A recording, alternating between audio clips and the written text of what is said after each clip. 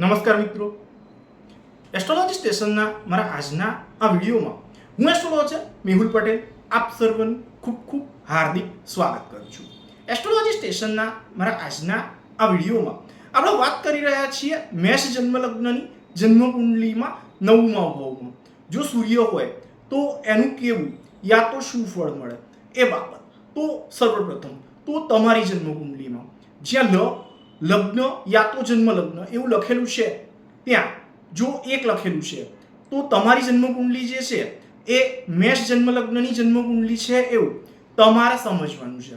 હવે તમારી આ એક અર્થાત મેષ જન્મ લગ્નની આ જન્મ કુંડલીમાં 9મા ભાવમાં અર્થાત ત્રિકોણ ભાવમાં યા ભાગ્ય અને ધાર્મિકતા કે નાસ્તિકતા સાથે સંબંધિત બાબત એ જ્યાં જોવાય છે ત્યાં પોતાના મિત્ર ગ્રહ ગુરુની રાશિ 9 અર્થાત ધન રાશિમાં છે. આ બાબતને સારી રીતે સમજવા હેતુ ગ્રહ મૈત્રી ચક્રને જો જોઈએ તો એમાં આ સૂર્ય અને ગુરુ એ એકબીજાના મિત્ર છે એવું બતાવ્યું છે અને એટલે જ એ તમને ઘણી પ્રભાવશાળી વિદ્યા પ્રાપ્ત કરાવશે, સાથે જ ઊંચી બુદ્ધિ ક્ષમતા એ પણ તમને પ્રાપ્ત કરાવશે.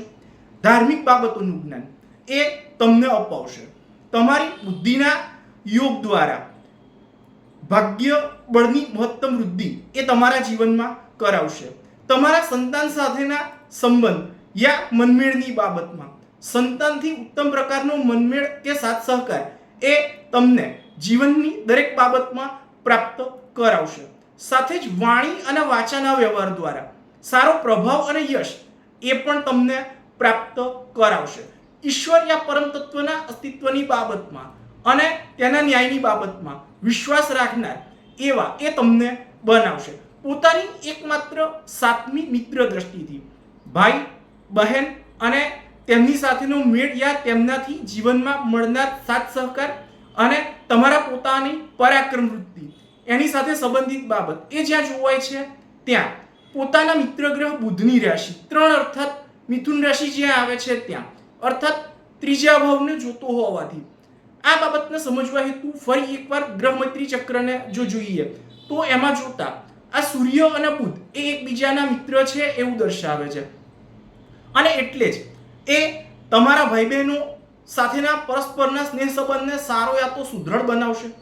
સાથે જ તમારા દ્વારા આદરવામાં યા હાથ ધરવામાં આવેલા સાહસ યા પરાક્રમ સંબંધિત યા આધારિત બાબતના કાર્યમાં તમને બુદ્ધિની સર્વ યોગ્યતા વડે સારી શક્તિ અને સ્ફૂર્તિ એ પણ પ્રાપ્ત કરાવશે. આવું ભૃગુ સંહિતા નામના એમના ગ્રંથમાં ભૃગુ ઋષિએ વર્ણન કરેલું છે.